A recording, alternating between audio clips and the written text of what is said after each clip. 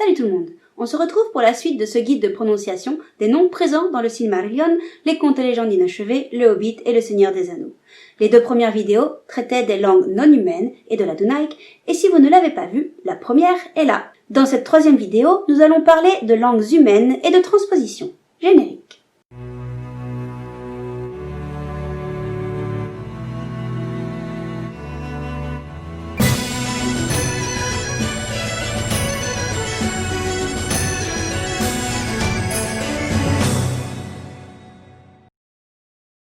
Si Tolkien est l'auteur des éléments de son univers, il s'est défini lui-même comme un simple découvreur et traducteur. Les véritables auteurs des textes Le Hobbit et le Seigneur des Anneaux, rassemblés dans le livre rouge de la Marche de l'Ouest, étant 3 hobbits, Bilbo, Frodo et Sam. Rappelons que si le Silmarillion et les contes et légendes inachevés sont des recueils de textes écrits par J.R.R., la décision de leur publication revient à son fils, Christopher, après la mort de son père, alors même que ce dernier n'estimait pas forcément avoir achevé ses réflexions. Le Hobbit et le Seigneur des Anneaux sont donc censés être des textes écrits dans la langue maternelle de ces 3 auteurs. Mais que sait-on de la langue des Hobbits à la fin du Troisième Âge ?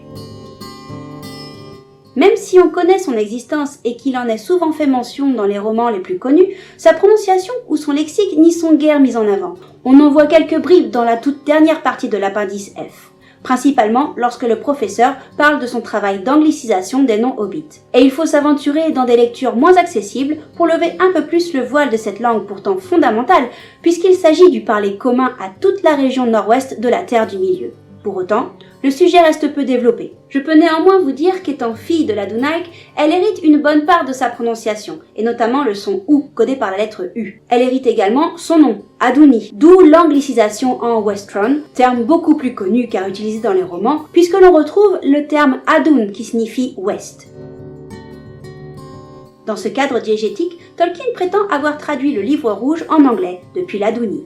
Il aurait donc fait un travail de familiarisation en modifiant les noms propres pour que ce qui aurait été familier à l'oreille de Bilbo le devienne à celle des lecteurs anglophones. Ainsi, le prénom Meriadoc, qui a pour véritable nom Kalimak, a été soigneusement choisi pour avoir des sonorités rappelant les cultures galloises et bretonnes, on verra plus loin pourquoi, et pour que son possible diminutif ait la même signification que Kali, qui signifie joyeux, ou Merry en anglais.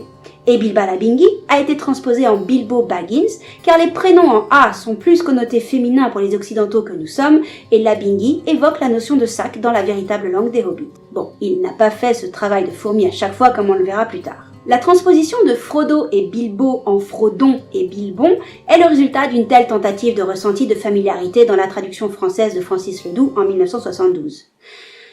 Il y aurait beaucoup à en dire. Tolkien ayant à cœur l'aspect familier de la culture hobbit pour le lecteur, chacun serait donc en droit de prononcer leur prénom comme il le préfère, pour évoquer cette familiarité. Mais on verra plus tard que pour une cohérence d'ensemble, il est préférable de garder en tête que la langue de la culture de substitution des hobbits est l'anglais. De plus, sans doute sommes-nous aujourd'hui beaucoup plus familiers avec les noms anglo-saxons qu'en 1972, si bien qu'il n'est plus forcément nécessaire de les franciser. Et de manière générale, je pense qu'il est préférable d'utiliser le terme anglais pour éviter des soucis de traduction et une incompréhension avec autrui. On peut être sûr que le mot utilisé par Tolkien est la référence ultime. Par ailleurs, en tant que francophones, nous avons un problème d'autant plus profond qu'il existe désormais 2 traductions éditées qui diffèrent en de nombreux points. Même si je ne le fais pas pour les langues inventées par Tolkien pour les raisons expliquées dans la première vidéo, dans une conversation, j'ai tendance à gommer certains sons typiques de l'anglais pour leur substituer un son proche existant en français afin d'obtenir une familiarité avec ces termes et conserver une certaine harmonie phonétique dans mon discours. Mais je me base sur la version orale du mot, pas sa version écrite. D'ailleurs, c'est ce qu'indique Tolkien dans le paragraphe d'ouverture de l'appendice E. Les noms et mots spécifiques des hobbits doivent être prononcés à l'anglaise. J'en profite pour signaler l'existence du site Forvo, un outil précieux pour entendre des Britanniques parler. Ainsi, je dis Bywater et Merigold, Hobbiton et Westron, Stein et Isertoes. Vous m'entendrez donc parler de Peregrine ou Pippin Took, de Bandobras Took, de Meriadoc Brandybuck, de Bilbo et Frodo Baggins, de Barliman Butterbur, de Samwise Gamgee et bien sûr de Gollum. Même si certains prénoms hobbits sont directement issus du Westron ou transposés avec des racines gothiques, franciques, brittoniques, voire gréco-latines, il faut garder en tête qu'ils ont été orthographiés pour des anglophones. Le cas de la lettre U devient alors peu clair. Tolkien dit avoir transposé le nom de famille du Westron Took à l'anglais Took, en ne s'intéressant qu'à la prononciation, car il en ignorait le sens. Cela montre clairement que le U est prononcé OU en Westron, et que pour un lecteur britannique, il est conscient qu'il faut en changer la voyelle pour conserver ce son. Pour autant, d'autres prénoms de hobbits, également issus du Westron, ont gardé leur U, ce qui fait qu'un Britannique lira sans doute ces prénoms Mungo, Bungo, Buffo, Gruffo, Uffo, se fiant aux mots Mung, Bung et Gruff de sa langue, mais lira Dudo comme dans Dude et Hugo comme il a coutume de prononcer ce prénom. Pourtant, il dira sans doute Druda comme dans Rude et Bruno, car c'est ainsi que l'on prononce ce prénom par chez eux. 3 sons distincts pour une lettre qui en Westron ne code que pour le son OU, le son le moins intuitif pour un Britannique. Je suppose donc que Tolkien n'avait pas la volonté d'assurer à tous ces U la prononciation OU en vigueur pour les hobbits, sans doute pour qu'ils paraissent plus familiers au lecteur. Pour autant, je pense que Tolkien était trop impliqué dans l'ensemble de son œuvre pour se dire que ces prénoms n'étaient pas dignes du même intérêt que le nom Took. On parle quand même du père et du grand-père de Bilbo. N'ayant malheureusement aucune trace de comment Tolkien les prononçait, je pense donc que le U de ces prénoms peut être prononcé OU si l'on veut faire honneur à leur origine Westron, ou comme le ferait instinctivement un Britannique. On évitera donc les Mungo et Bungo, d'accord ? En anglais, devant E ou I, la lettre G donne soit G, soit J. Sauf qu'il n'y a pas de règle, il faut aller se renseigner au cas par cas. Je vous en donne quelques-uns. Le G se prononce J dans Bolger, Birchford et Gilly, mais il se prononce G dans Clayhanger et Bracegirdle. J'attire également votre attention sur ce prénom, présent dans l'arbre des Took et d'origine gréco-latine, car une fois de plus, le G peut être problématique. En effet, bien qu'issu du grec geron, signifiant vieillard, la prononciation populaire de ce prénom dans le monde anglo-saxon applique au G le son J. Il me semble donc plus judicieux de suivre cet élan.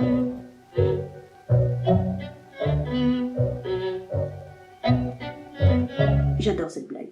Et si les Britanniques semblent s'accorder à dire Reginald, que faire de celui-ci, qui est désormais bien moins usité, puisque ces mêmes Britanniques gardent la valeur G du G dans d'autres prénoms d'origine gothique ou francique comme Gerda, Menegilda ou Sigismund. Personnellement, je préfère dire Reginald pour appuyer sur ses origines et parce qu'il est de la même famille que Sigismund. Autre particularité, les noms de villes se terminant par witch ou wick ont leur W muet et le ch qui s'adoucit. Donc tout comme on dit Greenwich, on dira également Gamage pour le nom du village d'origine des Gamgee. Malgré tout ce que j'ai pu dire des traductions, j'utilise certains termes traduits car je me suis trop familiarisée avec les traductions françaises et parce qu'il me semblerait aussi absurde de ne pas les traduire de par leur côté non commun. Je pense par exemple au parler noir et au parler commun, en lieu et place du black speech et du common speech. Je parle des quartiers et non des farthings, et je tâche de dire le comté et non la comté en lieu et place de shire. Tous ces noms sont communs, il est donc normal qu'ils soient soumis à traduction au même titre que les mots dwarves ou elvish. D'ailleurs, petite parenthèse, pourquoi les premières traductions françaises des années 70 donnent la comté et celles des années 2010 le comté ? Le mot comté, désignant un territoire, a été féminin par le passé, au moins jusqu'au début du 19e siècle. La première traduction a voulu appuyer sur l'aspect archaïque du récit. Mais la pertinence de ce choix est discutable, de par la bizarrerie que l'on éprouve lorsqu'on ouvre Le Seigneur des Anneaux ou Le Hobbit pour la première fois, ce qui va à l'encontre de l'envie de l'auteur. Mais comme pour toute bizarrerie, avec suffisamment de rencontres, elle devient une habitude dont on a bien du mal à se défaire. Je ferai également des exceptions pour des noms transparents. On trouve principalement dans cette catégorie des prénoms hobbits féminins issus de toutes les familles car traditionnellement, les femmes hobbits portent des patronymes tirés de noms de pierres précieuses ou de plantes. Je pense que ces noms déjà proches de notre vocabulaire peuvent faire l'objet d'une traduction en français. Pour certains, cela ne change rien. Camélia Salville, Asphodèle et Jessamine, qui peut rester Jessamine pour garder la distinction avec le terme jasmin et le prénom Jasmine qui existe également en anglais. Dans un souci de conservation des noms et prononciation d'origine, j'utiliserai tels quels les prénoms Lobelia et Angelica, ainsi que Melilotte, que je trouve plus féminin que Melilo. En gommant l'accent anglais, les prénommés Rose deviennent Rose, Mimosa devient Mimosa, et Ruby devient Ruby. Je pense qu'on peut même aller jusqu'à traduire les prénoms relativement transparents, à condition de garder en mémoire leur pendant britannique. Ainsi, Pearl devient Pearl, Diamond devient Diamant, Amethyst devient Améthyste, Eglantine devient Églantine, Pansy devient Pensée, Myrtle devient Myrte, Gillyflower devient Giroflée, Amaranth devient Amarante, Celandine devient Célentine et Lavender devient Lavande. Finissons sur un dernier cas particulier, celui de Pimpernel Took. Son prénom sonne très proche de Pimprenelle, mais c'est un faux ami, car ce terme anglais désigne le mouron rouge et pas du tout la pimprenelle. C'est pourquoi Pimpernel restera Pimpernel si je dois parler d'elle. Un autre élément doit attirer notre attention sur la prononciation des termes anglais ou anglicisés. Comme on peut l'entendre sur le site Glemscraft, lors de ses lectures, Tolkien roulait les R sur tout le texte, même dans les mots anglais. Mais il ne le faisait pas lorsqu'il était en conversation normale. Je ne l'ai pas entendu parler de son œuvre dans un cadre d'interview, et je ne sais donc pas s'il roulait les R des noms anglais présents dans son œuvre dans ce cadre. Là encore, ce n'est que mon avis, mais je suppose que c'était soit pour souligner le fait que c'est un écrit de hobbits, qui sont censés parler avec un accent sonnant rustique par rapport au bien parlant, soit pour donner un côté ancien à sa prose pour peu que cela fasse bien cet effet sur les Britanniques. Je suis bien sûr preneuse de toutes sources et informations en commentaire quant à ce que je raconte. Toujours est-il que dans une conversation, je ne pense pas qu'il soit pertinent de rouler les R sur ces mots. Parfois, Tolkien a utilisé des formes obsolètes ou altérées des mots existants en anglais moderne. Dans d'autres cas, il a lui-même dérivé des termes de vieil anglais pour les moderniser. Cela donne des mots qu'on ressent comme anglais, mais qui n'existent pas forcément. Tous ces termes sont donc à prononcer à l'anglaise, comme le fait et le préconise Tolkien. Pour ces termes à cheval entre l'anglais moderne et le vieil anglais, il peut paraître difficile de décider si le R doit être roulé ou non, surtout quand l'auteur lui-même lit toute sa prose en les roulant joyeusement. Je pense que l'un ou l'autre sont acceptables. Soit on souhaite appuyer sur l'aspect archaïque, soit on préfère le gommer pour plus de familiarité. Personnellement, sans être constante sur les R de ces cas, je dis Mirkwood, Ironmouth, Snowbourne, Dunarrow, Arrowdale, Saruman, Roose et Puckelman.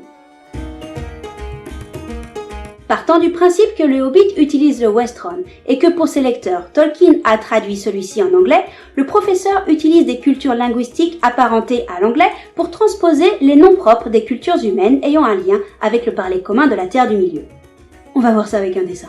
Le Westron, ou parler commun, est né au deuxième âge de la rencontre entre l'Adunaic, langue propre aux humains de Númenor, elle-même principalement issue de la langue parlée dans la maison de Hador au premier âge, et des langues humaines parlées sur les côtes nord-ouest de la Terre du Milieu, elles-mêmes souvent issues de la langue parlée par les ancêtres des Hadoriens avant leur arrivée au Beleriand, tout comme celle des humains du Rhovanion. C'est pourquoi, au troisième âge, le Westron a des similitudes avec les langues humaines parlées autour de Mirkwood, les cultures humaines de ces régions étant descendantes des mêmes ancêtres. Du coup, pour conserver le fait que les hobbits ont une impression de familiarité en parlant avec des Rohirrim, Tolkien a utilisé le vieil anglais pour transposer la culture linguistique du Rohan et des Burnings, le vieil islandais ou norrois pour les habitants de Dale et Esgaroth, et le gothique pour les ancêtres de ces populations. Le vieil anglais est assez présent dans Le Seigneur des Anneaux, de par l'importance des Rohirrim dans le récit. Or, pour suivre l'idée de Tolkien, une véritable traduction de l'œuvre en français devrait transposer la langue des Rohirrim en ancien français. Ce serait un travail titanesque qui devrait également avoir un impact sur la langue des Beornings, des rois du Rhovanion et donc de Dale et Esgaroth. Voilà pourquoi considérer la culture linguistique hobbit comme française pose un souci de cohérence globale, puisque ce travail de traduction n'est pas fait sur les langues censées s'y apparenter. Pour la langue des Dunlendings, issue des ancêtres du peuple de Haleth, Tolkien l'imaginait sonnant comme vaguement celtique à nos oreilles. En Grande-Bretagne et en France, les langues celtiques qui ont occupé le territoire étaient majoritairement brittoniques via le breton, le cornique et le gallois, et un peu gaéliques via l'écossais. Meriadoc est un patronyme brittonique que l'on retrouve notamment dans le personnage de Geoffroy de Monmouth, Conan Meriadoc ou Meriadec. Concernant le hobbit du même nom, les ancêtres de sa famille ont séjourné quelques siècles en voisinage du Dunland, apprenant leur langue, et leurs descendants ont gardé des traces de cette parenthèse culturelle dans leur prénom. Il semble donc plus pertinent de s'appuyer sur les généralités phonétiques de la famille des langues brittoniques pour refléter la transposition souhaitée par Tolkien pour les Dunlendings. D'autant que les sonorités de la famille gaélique n'étaient pas agréables aux oreilles de Tolkien, et il se trouve qu'au moins un terme de parler noir est très proche de son homologue gaélique. On va s'arrêter là pour cette fois, histoire de digérer un peu tout ça avant de s'intéresser à la prononciation des noms transposés issus des cultures linguistiques des humains du Rhovanion. Ça a l'air super compliqué et c'est même pas assez long pour un titre de thèse. N'hésitez pas à laisser des commentaires constructifs et à proposer des mots que vous voudriez voir prononcés pour la prochaine. Sur ce, Namarie et Kenavu!